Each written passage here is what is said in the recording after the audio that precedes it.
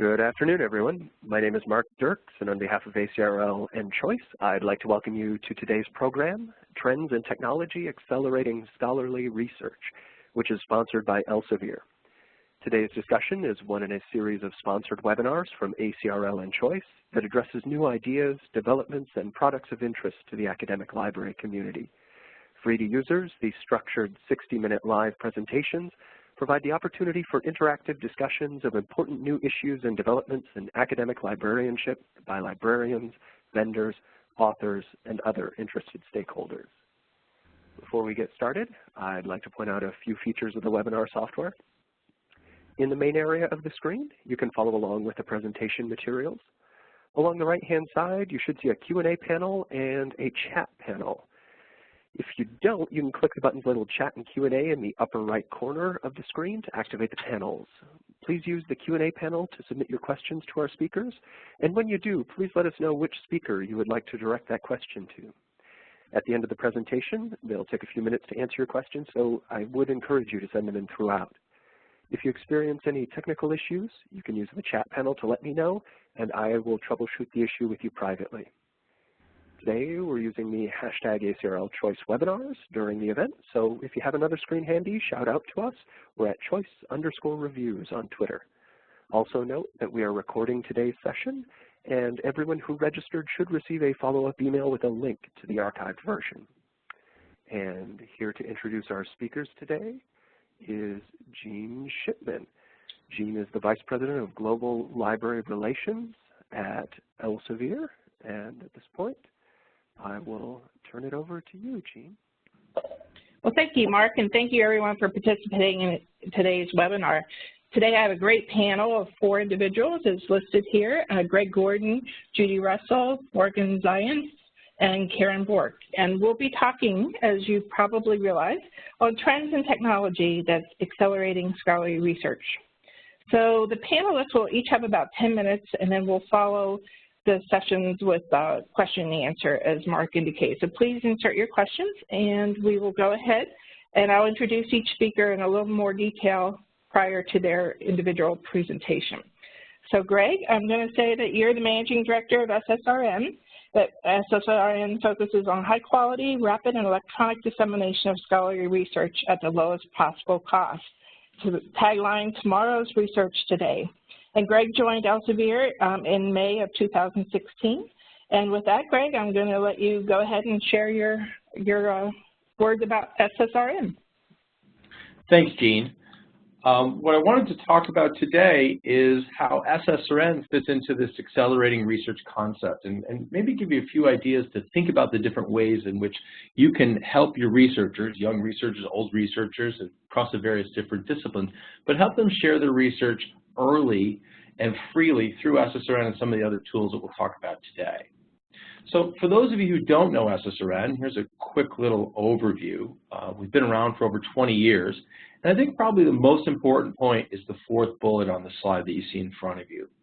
At SSRN, it levels the playing field amongst all researchers. It doesn't matter whether you're at Harvard or Monroe Community College in Rochester, New York, where I live. Everybody gets treated the same. We're interested in bringing those ideas forward. It doesn't matter whether you're a young scholar or an old scholar, whether you're in finance or biology or any of the other disciplines that we cover. What we want to do is get the ideas out there. We want to share them as freely and as broadly as possible to help other people create innovative research. So what I like to say is we want to be the broadest, deepest set of existing things so that we can help researchers share their research, move it forward along the research continuum. Now, our original tagline, so to speak, was tomorrow's research today, and we're the leading preprint server, working paper repository in the social sciences and humanities.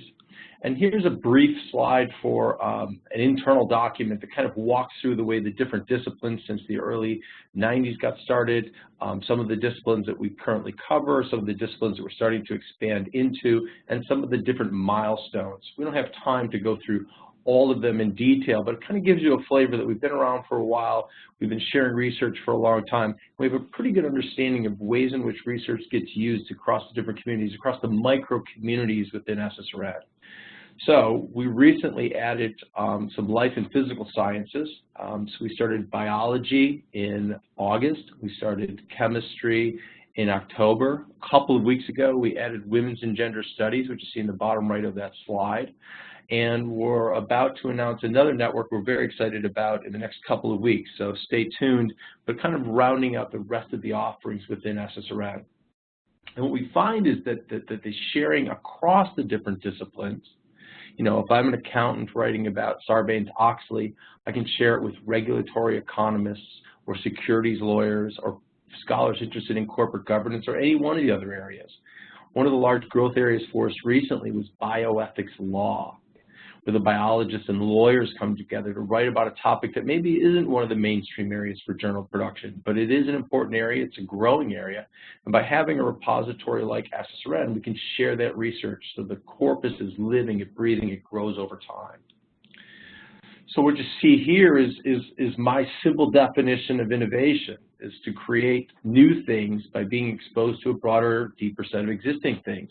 So I said a moment ago, what we're trying to do is make SSRN the broadest, deepest set of existing things so that we can help researchers create cool, new, innovative research faster.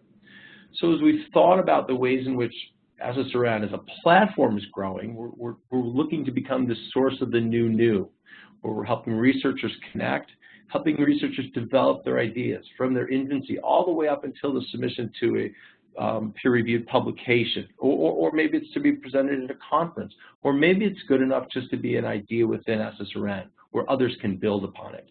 And at the core of everything we do is to share this early stage research. And again, you can submit to SSRN for free, you can download from SSRN for free, and again, it's working to be this living, breathing corpus of information to help researchers develop their ideas over time. Now, one of the things that happens within early stage research is you have access to a broader amount of content. So what was traditionally this final version of record, the peer-reviewed product, was the only thing that you had access to. We've started to kind of move back upstream a bit. So now what you start to have access to is the earlier drafts. Maybe it's a working paper. Maybe it's a conference proceeding. Maybe it's an idea paper. So now you've gone from just the version of record to 3 different versions, earlier and earlier in the process. We looked at the Journal of Financial Economics. It's an Elsevier journal. And we looked at the papers that were published in that journal in 2015. And we had every single one of the papers that was published in that journal in the year 2015, except for one. And they were available in the SSRN library on average 3.5 years in advance. So this sharing of ideas earlier doesn't offset the peer review process, but what it does is it gets the ideas out there earlier so people can build on them. So you now have multiple versions of the paper. And as many of you start to see, we actually now have later versions of the paper, post-publication versions, where new information or new ideas help move the idea forward. And we've started to add into the SSRN library, and Mendeley has it too, and a number of other services start to provide it, the ability to have access to the data so that you can either do replication or reproduction, those type of studies, or just use the data to build upon it. We're seeing some really interesting things in the field of economics where they're starting to mash up different databases to come up with new ways to look at the data in a combined fashion. So the data, the sharing of data, we think is a really interesting and exciting thing happening in the scholarship today. The core of everything we do is to let everything be available, to let every flower bloom. So as I said earlier, the leveling of the playing field is very important to us at SSRN. We don't want to think that any piece of research is necessarily better than another piece of research. We want all of the research to be made available freely and globally. Well, when you do share and you do make things available, you do want to have a review process. So within SSRN, we have a 3-stage process. The first piece is stage 1. It's a review for completeness. We make sure that all of the information that's submitted is available and properly identified in the different metadata fields. We also make sure that it's part of the scholarly discourse. You know, we don't want junk, we don't want marketing pieces or other type of content like that. We want it to be review for scholarship, not just anything can be added to the database. Stage 2 within SSRN is a classification stage. So we look to find the best homes for it. In our world, we have over 30 disciplines. Those 30 disciplines have 1,000+ e-journal categories where content is disseminated, and over 3,000 different areas where it can be classified. So it's a very complex system, and I'll talk more about in a moment. But you want to be able to organize the content so that you can find it quickly and make it available to the different micro-communities. The third piece is dissemination, and that's where we distribute the content to subscribers who are interested in those different areas. And these three pieces of the process help us do the best job we can to make the research available and usable to as many people as possible. And what you see here is probably very hard to see on many of your screens, but this is just the law network. So this is not even a fully expanded version of it, but these are all the different areas within the legal scholarship network where content can be classified into. So you can tell that the curation of this content becomes very important to make it helpful to the reader, to the user of that different pieces of content, so they can find it more easily. So if you're interested in African law or agricultural law or animal law, we have those areas for you. So you're welcome to search, but sometimes you want to have that serendipitous discovery of just browsing through the curated content, you know, like many of us used to do in the stacks of a library to just kind of get a feel for what was out there. You have that ability by curating the content and making it available in this fashion also. Now, we don't have time to talk about it today, but I wrote a piece on the SSRN blog that I want to point you to, and this talks more about, you know, how open access, how open sharing, open science have actually evolved over the last 15 years, and the ways in which the sharing happens openly within SSRN, but across the different communities, across the different sectors within SSRN. The thing that I wanted to kind of pull you back to at a little bit higher level here is Groenevetter's research on the strength of weak ties. So as I said earlier, the Sarbanes-Oxley paper from an accountant can be shared with the economist and can be shared with the lawyer, can be shared with the corporate governance scholar. And this concept comes from the strength of weak ties. Now, the strength of weak ties, as you can read all about it on your own, is this idea that you get influence by the weak ties of your social network greater than the strong ties.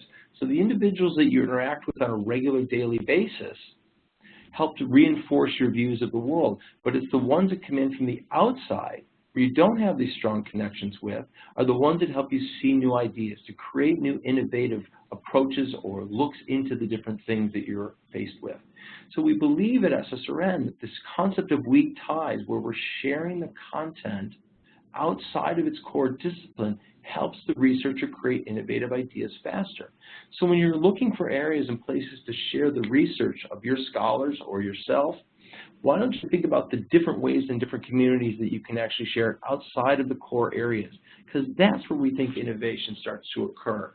Now, it's a little bit of a queer idea maybe, and certainly some is when I talk about it, a lot of people look at me like they hadn't really thought about it. But the ability to share it outside of your core group, outside of your core community, we think is what's starting to help move the ideas forward faster. Now, I'm old enough to actually remember a friend who had a Camaro Z28 like this, and I'm also old enough to remember a couple of things that my parents told me a while ago about the internet. And you know, two of the things that my parents told me about the internet was to not meet strangers online. And the other thing they told me was to not get into cars with people I don't know.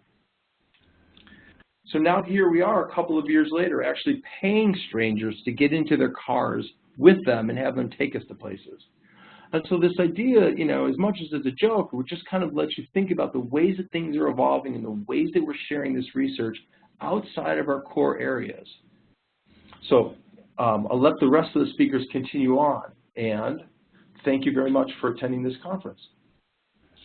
Well, thank you, Greg. I really like that Camaro. I had Camaro as my first car, so I did take a lot of people for rides, I have to say. But thank you for this, and please enter questions into the Q&A box for Greg for later at the end of the panel. And we'll move now on to Judy Russell. And Judy Russell is the Dean of the University of Libraries at the University of Florida, a position that she has held since 2007. She is a past member of the Board of Directors of the Association of Research Libraries, which is ARL, and LLMC Digital.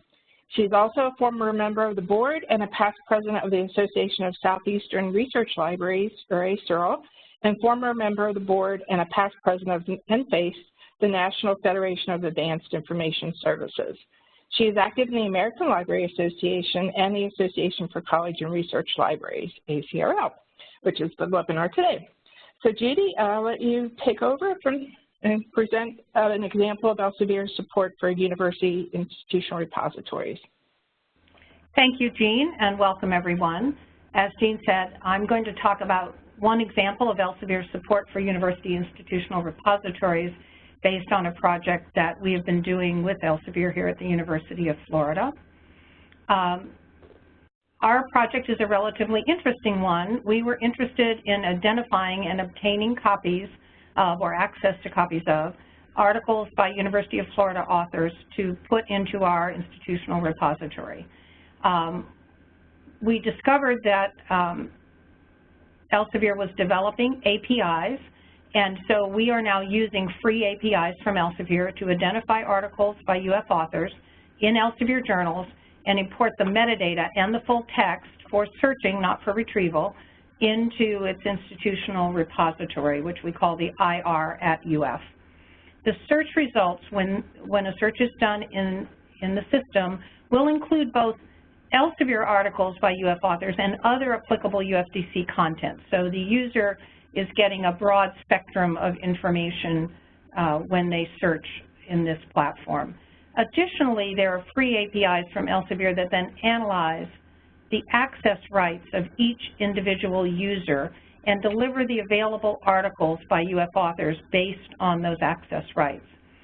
So far, we have over 36,000 Elsevier articles by UF authors in the system, and they date back to 1949. So it's given us a very comprehensive view of the publishing of UF authors over a wide spectrum of time in Elsevier journals.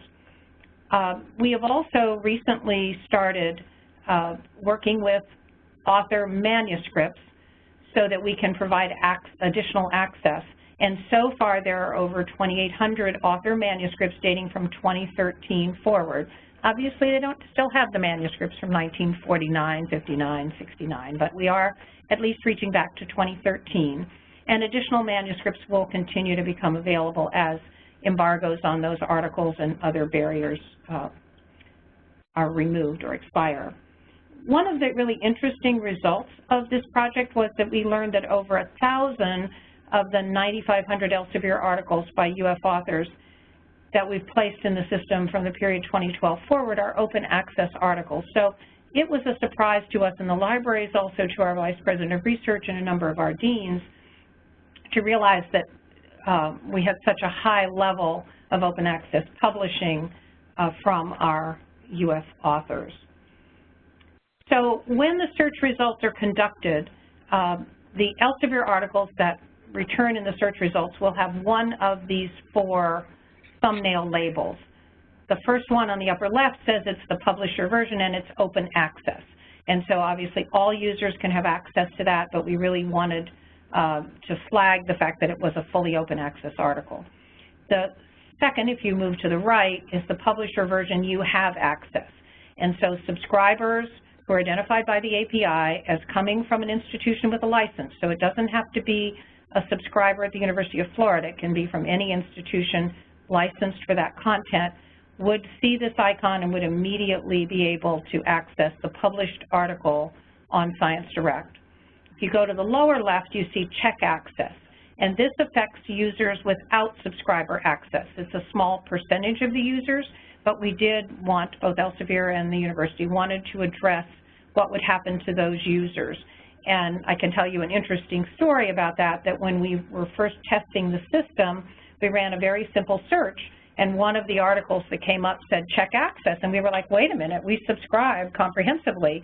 And we looked at it, and it was an article from the 1950s, and we don't own the back file. So it gave us the message that we didn't appear to be, and we in fact were not, a subscriber.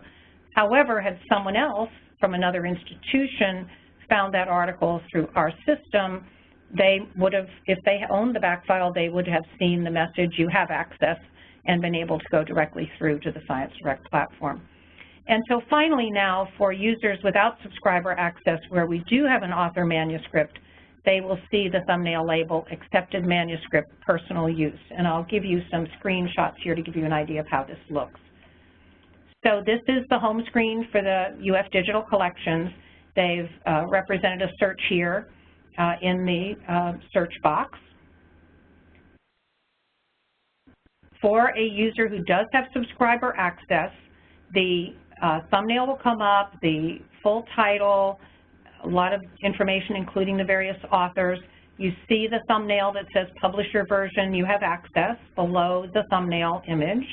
And in the middle, circled in the red oval, you see the link that says External Resource and Internal Citation. So full metadata can be retrieved with internal citation, clicking the thumbnail, clicking the title of the article, or clicking External Resource. All will take the user directly to the article on the ScienceDirect platform. And as you can see, this is the full article. There's an ability to check for updates. There's live links to other referred articles. There's an ability to download the PDF file. So this is essentially the subscriber access, but it's coming not by going to the ScienceDirect platform and searching on that platform, but by searching in the UF Digital Collections. If you were a subscriber or a user without subscriber access, you would essentially see a very similar search result, except in the oval in the middle, you would see Accepted Manuscript, and in the thumbnail label below the thumbnail image, you would see Accepted Manuscript, Personal Use. You would still see a link to the publisher version, because we felt that if in looking at the manuscript or looking at the abstract, there was a decision that this was a highly relevant article and the user wanted access to the published version, they should be able to get to the landing page from Elsevier that would give them the options of how they could obtain access to the published version. And again, the information on the internal citation. Once they open it, as you can see, there's a repeat of the label that says Accepted Manuscript, Personal Use there on the left, and it's clearly a manuscript. You've got line numbers. It's not typeset and formatted the way the published article would be. In the oval at the top, you see another place where there's a link out to the related URL, which again is the landing page for the published article. If you clicked on the label that says Accepted Manuscript, Personal Use, there will be hyperlinked copyright explanations that inform the user about what they are entitled to do, what is the personal use that is permissible with this manuscript. So the most frequent question that I get asked is, why Elsevier? Why did UF turn to Elsevier and become engaged in this project? And this chart, which is now a few years old, I think explains that well. These are the top 10 or so publication families in which our authors publish. And our authors generate over 8,000 articles a year, so this is everywhere they publish, but these are the most common places they publish. And if you look at the size of the bubble and the placement of the bubble, you can see that the Elsevier articles have the largest citation share, but they also have the highest volume. So obviously for us, starting with Elsevier was going to give us the biggest bang for the buck. And you can see that there are also check marks next to a number of the other publishers indicating that they are members of Chorus, and we have built out from this project and are now also working with Chorus to obtain information, at least from relatively recent years of publication, from Chorus. And that's another project to talk about another day, but it gives you some sense of that. I think the second question that I often get asked is, why would Elsevier do this with the University of Florida? And I think there's several good answers to that, one of which is we asked. Certainly helps to have a willing partner. I think another is that they were already developing these APIs and were ready to begin looking for someone to help them test them just at the moment when we came and spoke to them. actually my initial request was, could they help us get author manuscripts? And we started the discussion based on that, and then it led to their disclosure that they had these APIs and our decision to test it. But I think why UF was attractive to them, in addition to the fact that we were a willing partner, is that we are a truly comprehensive university. So we publish in a wide range of disciplines, and that was very helpful to them for testing this to really get that kind of broad spectrum of results. Before I go through the conclusions with you, I think the one other thing I would say is I'm also asked, what was the hardest thing to do? What was the hardest part of this project? And I would have to say, surprisingly enough, that the hardest part was actually identifying authors from the University of Florida. Unlike institutions like Duke or Clemson or Emory or others who have unique words in their names, there are a number of universities out there that have the words University and Florida in their names. And so finding all the variations of our name that were used by our authors over time, but also excluding other universities with very similar words or some overlapping words was a little bit difficult. So the rest of it was really easy. The APIs worked really well. They were easy to implement, and the project was really up and running fairly quickly. So in conclusion, I wanted to emphasize that these are free services, and they are services that are really designed to support and enhance the way universities use their institutional repositories. They are incorporated into the institutional repository, as I said, with a mix of other resources, tools, and services that our IR offers. And to us, that was beneficial to not have to go to a separate place to look at commercial, if you will, or peer-reviewed journal articles published by our authors, but to see them integrated with the other material that they do deposit in the IR. I think there's benefits to a range of the participants. Certainly, we have benefited from the automated process. It has certainly been a very quick and efficient way for us to identify and incorporate scholarly journal articles by our authors. Our researchers certainly benefit from having their scholarship automatically included. We're actually working on a feature now that will notify them when their articles are posted and also give them monthly statistical results on the frequency with which their articles are used. And because the actual retrieval of the article is coming from the ScienceDirect platform, any usage that's driven through the IR is aggregated in the usage data that applies to their article, so it helps with the assessment of the value of their article. Users in general benefit from having these articles available, again, integrated with the other content from the IR. And although I can't really speak for Elsevier, my sense from conversations with them and other publishers is that they have really benefited also from collaborating with the library faculty and staff. And this project has certainly increased mutual respect and understanding.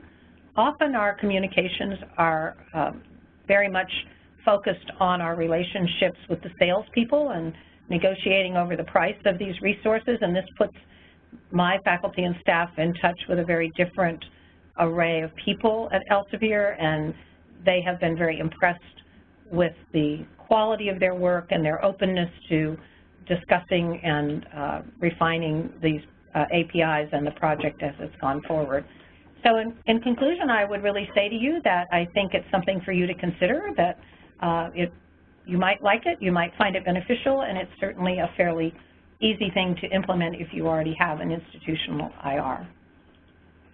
And so finally, thanks so much, Judy. And yeah, that I can say from Elsevier's side, we have really enjoyed the partnership, and seems like it's benefited both sides greatly. So we need to kind of move on, and I'll just please remind everyone to put questions in the chat or Q&A box, and I know we have a couple, Judy, at the end we'll come back to. So I hate to move forward, but we do need to have our third set of panelists, which we have two people. Morgan Zients, who is the communication manager for BPress and works closely with the BPress community to identify and broadly share their stories of success. And BPress exists to serve academia and build solutions that let academic institutions showcase and share their work for maximum impact. And then following her is Karen Bjork, who is the head of digital initiatives at Portland State University Library. And she manages the IR there called PDX Scholar and leads the open access textbook publishing initiative, which we'll be hearing about. Personally, she doesn't do cars, I guess. She's a bike commuter, and in her free time, you'll find her hiking with her husband and their corgi, Luna. So Morgan and Karen, I'll turn it over to you. Great, thanks, Jean. Hi, everyone. So again, I'm Morgan Zients. I'm the communications manager at BPress, and we've been a part of Elsevier for a few months now. And before turning things over to Karen, I just want to start our section of the webinar by sharing a little bit of background about what BPress is, who we are, and what we do. So we were founded in 1999 by UC Berkeley professors. As Jean mentioned, we are from academia and about academia. The faculty members who founded BPress were frustrated with the length of the traditional publication process and wanted to find ways for budding technology and the internet to speed up the peer review process. So I'll skip a number of the technical details and the steps that were involved here, but ultimately what they developed was a commercial grade publishing platform. And in the early 2000s, the software was licensed to UC Berkeley to create an institutional repository. It's upon these early foundations and, in fact, the same software that we've built and developed our digital commons repository platform. And in 2006, we introduced Selected Works, which at the time was one of the first options for individual researcher profile pages. Selected Works is now one of the building blocks of our Expert Gallery suite, which includes the ability to easily create these Selected Works pages, but also to combine them to create faculty galleries of any desired combination, so for departments or centers or any other collection of researchers on campus. The two platforms integrate to create a full research showcase, serving as a place not just to preserve work and research from across campus, but as a promotional tool for the institution. And to help with that, both platforms also include powerful reporting tools that make it easy to show the impact of the institution's work. The dashboards, like what you see here, show worldwide downloads, providing institutions a way to show that their work is important to the people and organizations around the world. In addition to that, our service model is designed so that an institution can offer all of these services in a way that's scalable.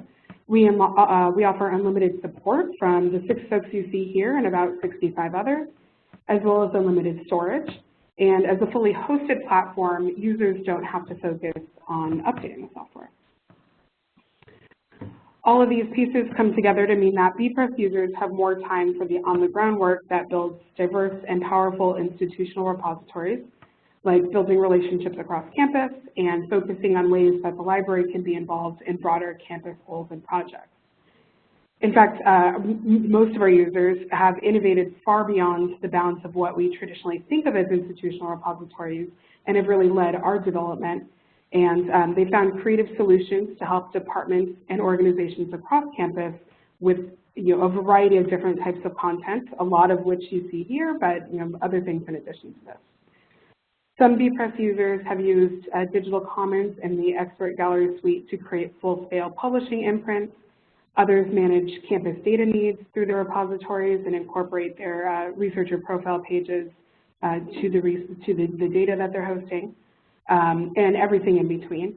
The dashboard metrics, like what I showed earlier, help illustrate the effectiveness of these programs and shape how the programs might develop moving forward.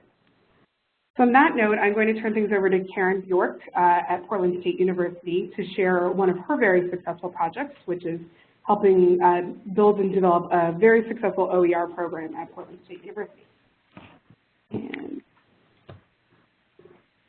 Thank you, Morgan.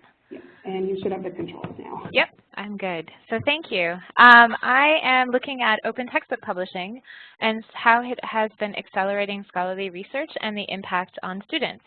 I'm just going to quickly discuss the rising cost of textbooks in higher education, provide a background on how we got started with open textbook publishing, discuss where we are at right now with our program, and then provide some detail on the services offered and look at the impact on faculty and students.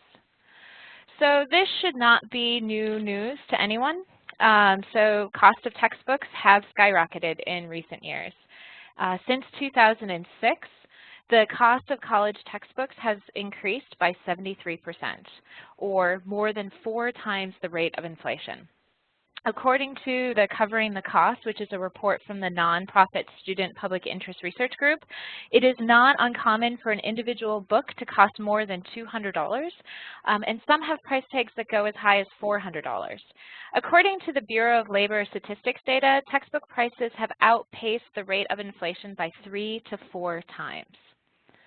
And to put it into perspective for what this means for students, I just wanted to highlight that the average student should budget $1,200 to $1,300 for the academic year. At Portland State University, it sits right into that. It's about $1,200.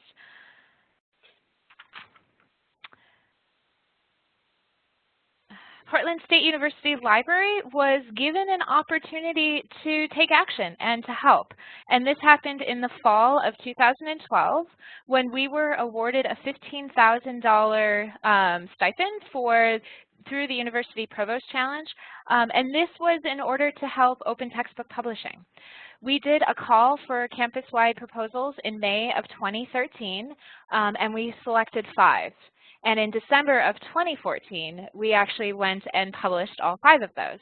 And you can see the list of open textbooks. They do range from languages to GIS. We have gender and sexuality studies, special education, and an introduction to mathematical analysis.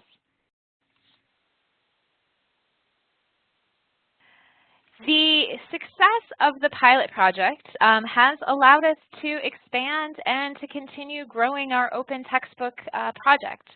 So where are we as of today? Well, we've completed 3 rounds of funding. We completed them in spring of 2015, spring of 2016, and winter of 2016 and 17. Funding for us has come from various resources.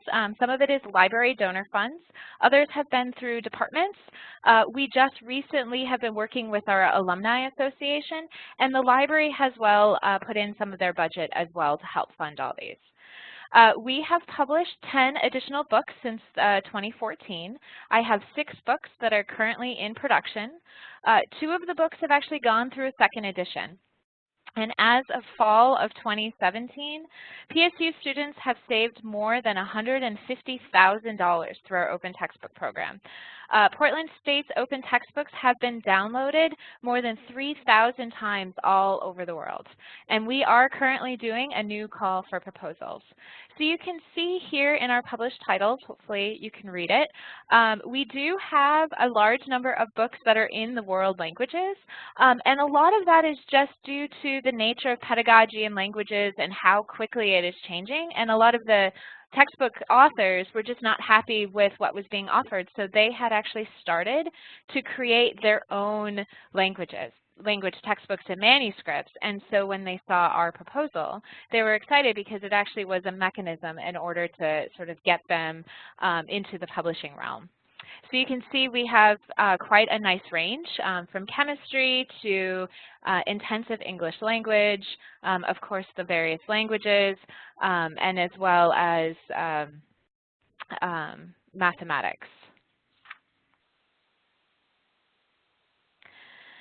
So what do we offer? I always emphasize this, we are not a press. I don't have a background in publishing. I am not a copy editor, nor am I a proofreader. And so we really had to structure our services around this idea that we didn't want to provide our authors with a false sense that they were going through a press. And I think we've been really successful because of the fact that we are allowing our authors to find, and we're helping them find copy editors, we're helping them find designers, and so we're sort of mitigating a lot of those services.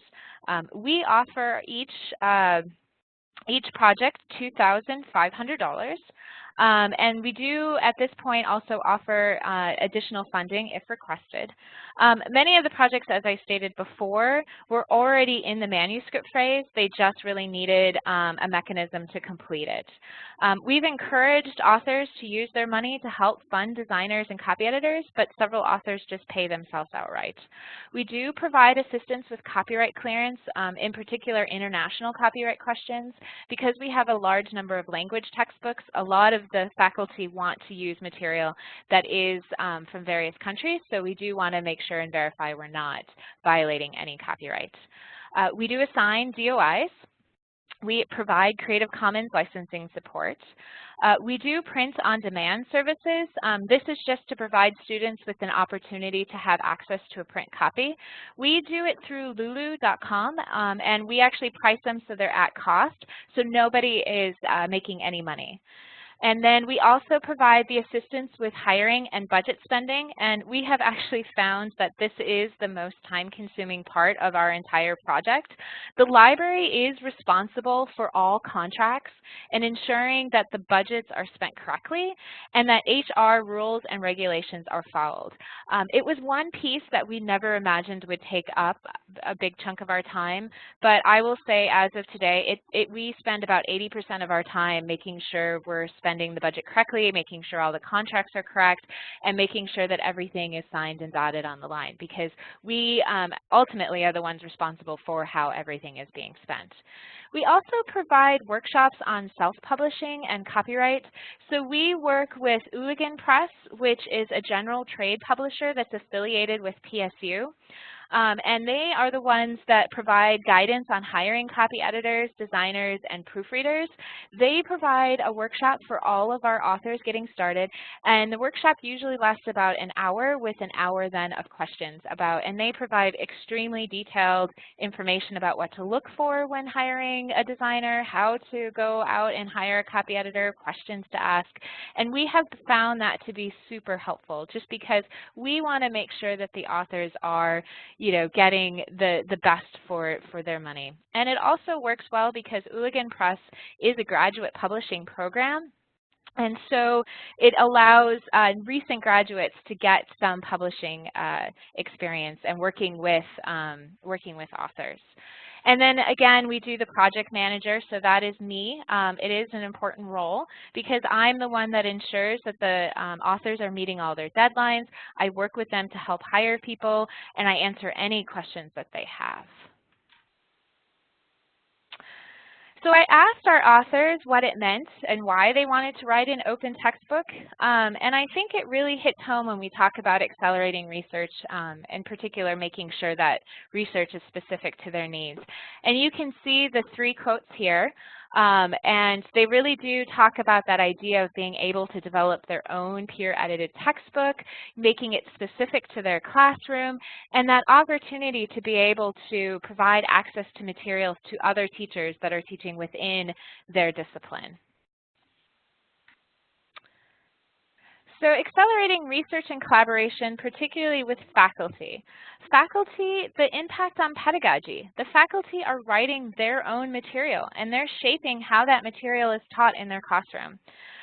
In regards to impact on curriculum design and increased collaboration, this is really happening on a departmental level.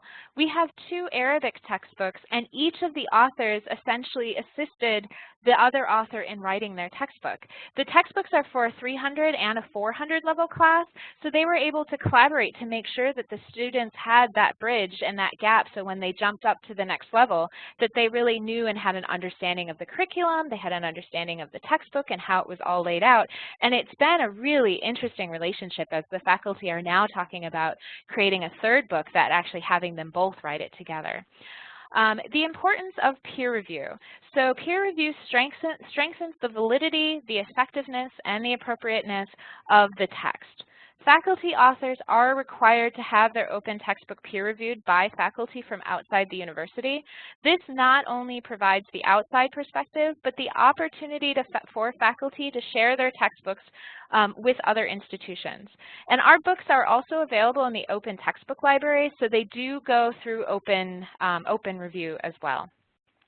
And then the ability to share and disseminate knowledge worldwide, well, we put them on our institutional repository, PDX Scholar, and as you saw by the download rates in a previous slide, you can see that that has been successful. I just wanted to highlight a few of the quotes that are coming from the Open Textbook Library and the impact that the Open Textbook Library is having and allowing people to find and utilize our books. So these are just the actually four of the quotes. And I wanted to, before I wrap up, just briefly talk about the students and the academic success that it's having on the students.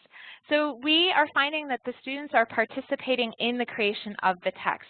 We have had faculty hire students to help record lessons, audio lessons. They've been hired as designers, as editors, and actually one of our textbooks was authored by a graduate assistant where the faculty were the co-authors. The graduate assistant got this amazing opportunity to create course curriculum, which usually doesn't happen. The textbooks are piloted in the classroom, and they provide students the opportunity to give feedback before they go into our institutional repository. And as you can imagine, they're free, so they have that financial benefit for the students.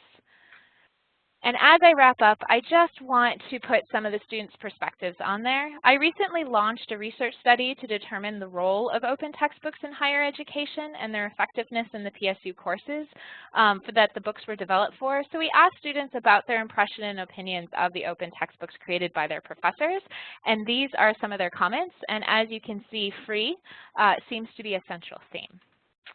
So I will wrap it up here. So thank you very much, and I guess we're up for questions. Okay, well, thank you, Morgan and Karen. And it looks like the students are very appreciative of your work, Karen, and everybody wants to know more. So we have a series of questions that have come in, but please continue to add to the Q&A or chat box. And Judy, I'll give you the first one. Someone wanted to know the author manuscripts that are provided, are they provided by Elsevier to populate the institutional repository, or how are you getting the author accepted manuscripts?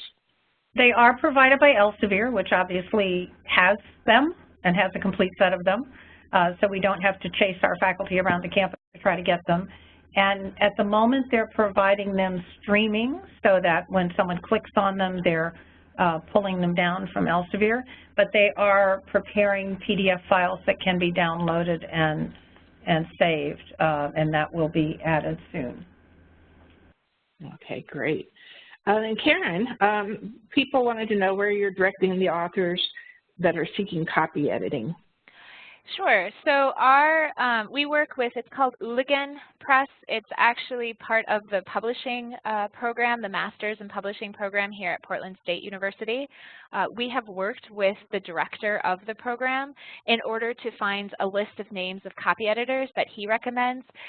He has a background in publishing, and so he was the one who sent us a list and then gave us essentially like what the various copy editors' price points were, and then provided us with questions in which all the authors should be asking, and then we left it to the authors to go and seek who their copy editors are. We have worked with several of the authors to help them locate copy editors, particularly with the language textbooks, because we do want to ensure that the copy editors are fluent in the language. Like, for example, our French science fiction textbook is all in French. So we needed to make sure that the copy editor was actually fluent and did know copy editing for French. And so that actually was through the authors. They reached out to a couple people that they knew in France who were copy editors, and so they worked with them directly. Okay, can you spell that press's name?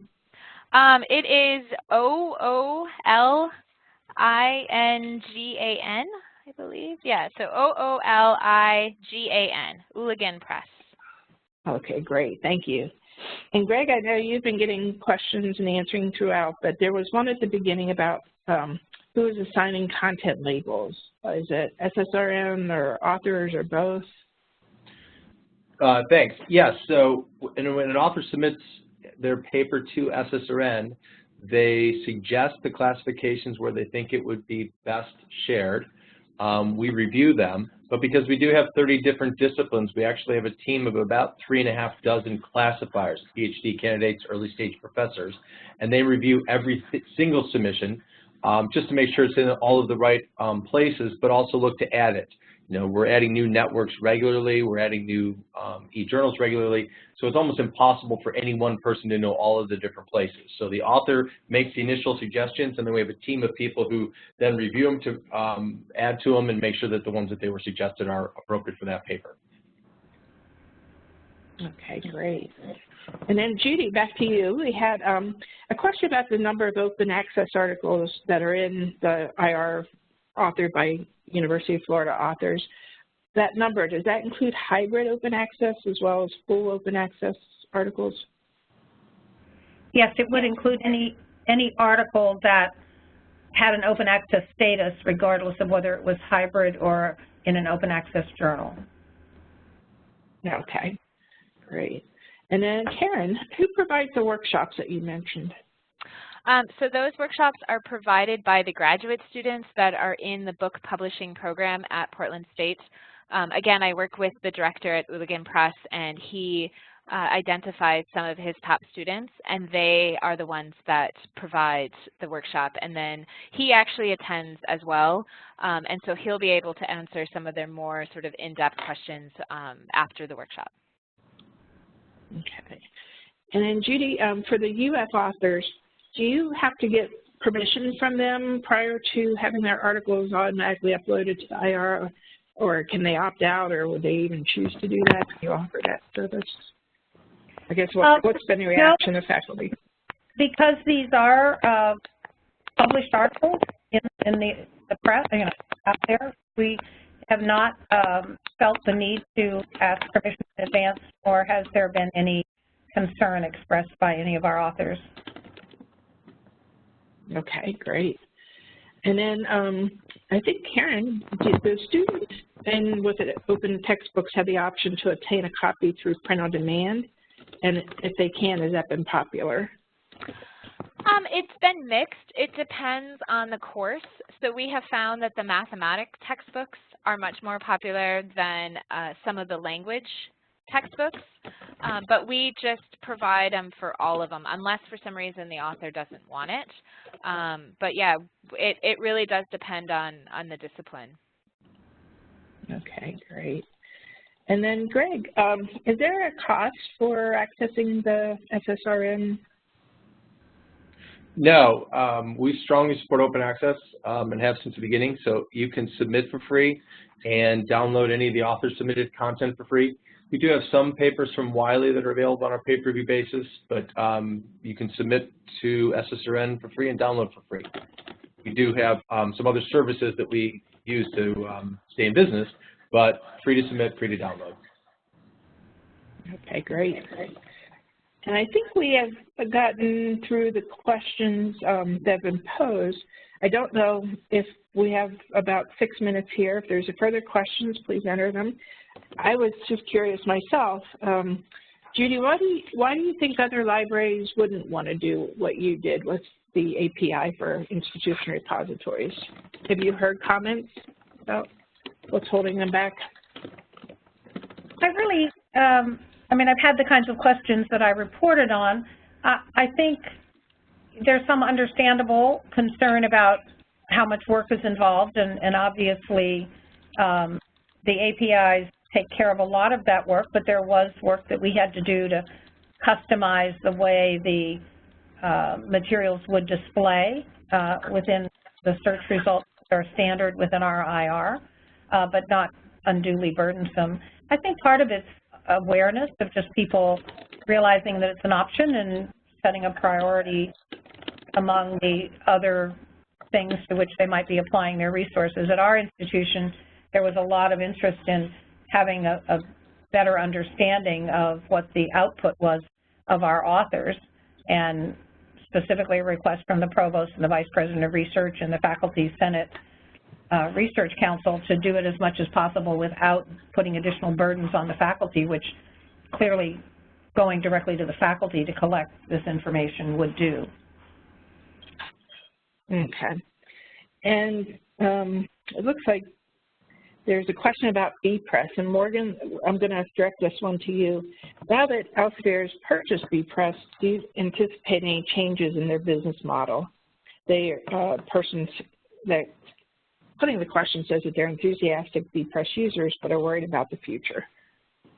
Yeah, so we do not. I think the service model that I described with the unlimited support and storage and fully hosted, that's so much of what's made us and our customers really successful. And I don't think that, it's not in bpress's or Elsevier's interest to change that. So we are moving forward, with the same service model as well as the same pricing model. And I didn't put my email address up, but if anybody has more questions about that or has any additional questions, you can write to us at info@bpress. Okay, super. And with 3 minutes left, I think what I'll do is just ask each of the panelists just to give a one statement wrap up, like what to take home or the aha moment that they hope they imparted with all the participants today. So, Greg, do you want to go ahead with that statement? I think the only thing I would say is the same thing I say to my team. This is an incredibly crazy, exciting time, and there are so many different ways to share the research, so many different ways to access the research. You got a little bit of a snippet of it today, and it just go out and try the different options. I mean, it's a fun time to be doing what we're all doing, and I hope that we shared some different options for all of you. Great, thanks, Greg. And how about Judy? I would very much echo what he said. There's just a lot of exciting things going on, and I think we all end up trying to figure out how many of them we can actually tackle and prioritize them in terms of how they fit into our organizations. And I would encourage people to just be open to looking at some of these things and testing them a little bit to see how they fit within their own institutional priorities. Excellent. And Morgan and Karen? I guess I'll speak first. I think really with open textbook publishing, it's not just about the authors. It really does have an impact on the students, and just the how much the students have participated in the creation of the book is something that I had never imagined. Just being able to hire students to, do some of the curriculum development, to help with the audio lessons, or as designers and editors, it's giving them experiences beyond just the classroom. Great. Yeah, I think that's more than I did. Okay, well, I have the last minute. I would just want to thank our panelists, and I know you in the audience, if you could be clapping, you would be, but we want to give all of them our appreciation for taking time to share the exciting projects and initiatives that they're working on. And thank you all for being a part of today's webinar, and thank you, ACRL, for hosting us. And thank Mark, you, Jean. I guess, This is is it Mark back to you? ACRL and Choice. Thanks so much to all of our presenters today, to Eugene and Greg and Judy and Morgan and Karen. I just remind the folks out there listening in that we did record today's program, so please be on the lookout for a follow-up email from ACRL and Choice. It should have a link to the recording for you. And you should also be able to see a link to our brief 5-question survey in the chat box. If you could take a minute to fill that out and let us know how we did today, we would really appreciate that. And thanks again to all of you out there for joining us today. I hope you enjoyed the session, and I hope the rest of your day is great.